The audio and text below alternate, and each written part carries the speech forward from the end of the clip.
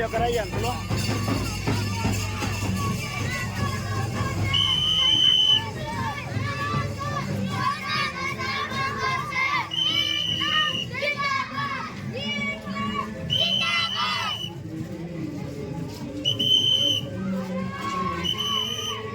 બે જઈ હવે ભરો આપણે બધાને જવું પેલું પતરાઈએ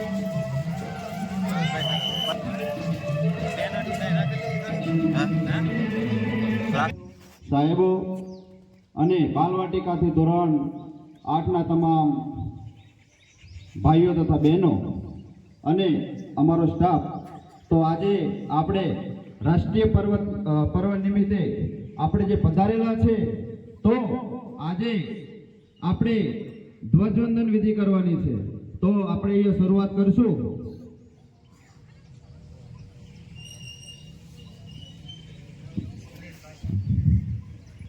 પહેલા આપણે નારા બોલીશું થોડા ઘણા.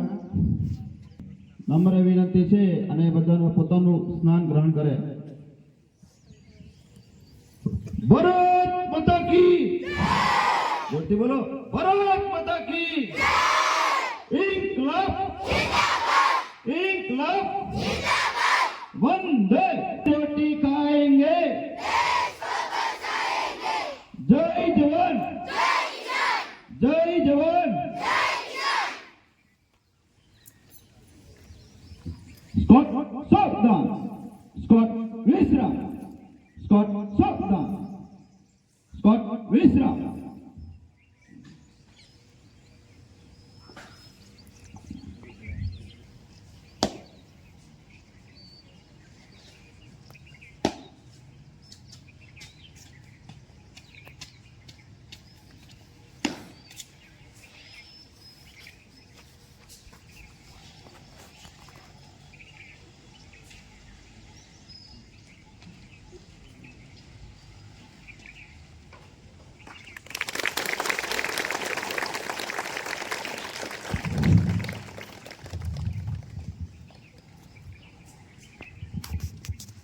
सावधान, एक साथ सलामियां दो. जैसे जय.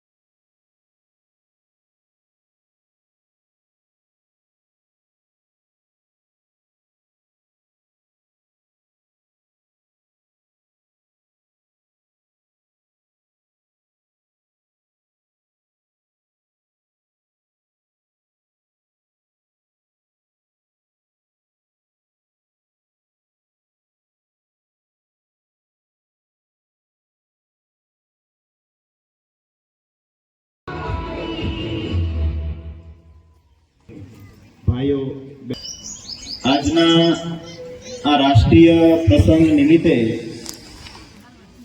આપ શ્રીને બાળકો અને વાલીઓને આ પ્રસંગ અનુરૂપ હું કંઈ કહેવા માંગુ છું કે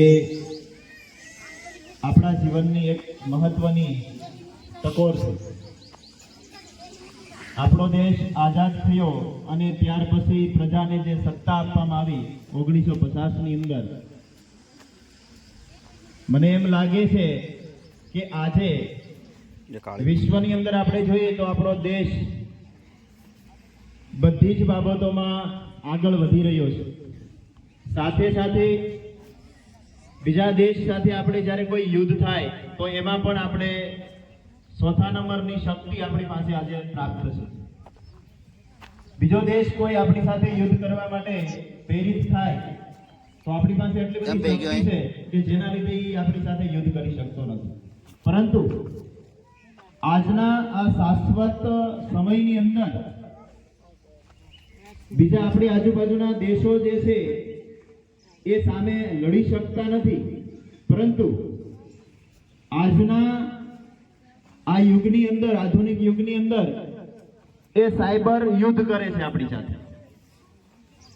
ખાસ તમને જણાવવાનું કે આપણી બાજુનો દેશ ચીન, જે આપણી સાથે ખૂબ સંઘર્ષમાં છે અને ખૂબ આપણી પ્રત્યે કટુતા રાખે છે, એ આપણી સામે લડી શકતો નથી. આપણી પાસે એટલી શક્તિ છે, પરંતુ આપણે બધા જ જાણીએ છીએ કે સાયબર ક્રાઇમ એટલે કે જે ટેકનોલોજી દ્વારા આપણી સાથે યુદ્ધ કરે છે. આજે આપણે જોઈએ કે બધાના ઘરે મોબાઈલ છે. આ જે મોબાઈલ છે એનું તમે પહેલું પડ ખોલશો અથવા તો એમાં ડિટેલ જોશો તો એમાં મેડ ઇન ચાઇના એવું લખ્યું છે, અથવા તો મોટા ભાગની ચીજ વસ્તુ છે મેડ ઇન ચાઇના. અને આ લોકો આપણને આ મોબાઈલ છે ખૂબ સસ્તો આપે છે, ચાઇના, બરાબર છે. અને એને ખ્યાલ છે કે ભારત પાસે યુવાધન છે અને આ યુવાધનને આપણે કોઈ ગેરમાર્ગે દોરવું હોય તો એ સાયબર ક્રાઇમ છે, કે જેના દ્વારા આ મોબાઈલ દ્વારા આપણું યુવાધન છે, આપણે બધા જાણીએ છીએ, ઇન્સ્ટાગ્રામ છે, ફેસબુક છે, વોટ્સએપ છે. આજે તમે જો કે કોઈ સિટીની અંદર જાઓ તો આ યુવાધન છે જેની પાસે આ દેશને સક્ષમ બનાવવાની શક્તિ છે, એ શક્તિ આજે આ મોબાઈલની અંદર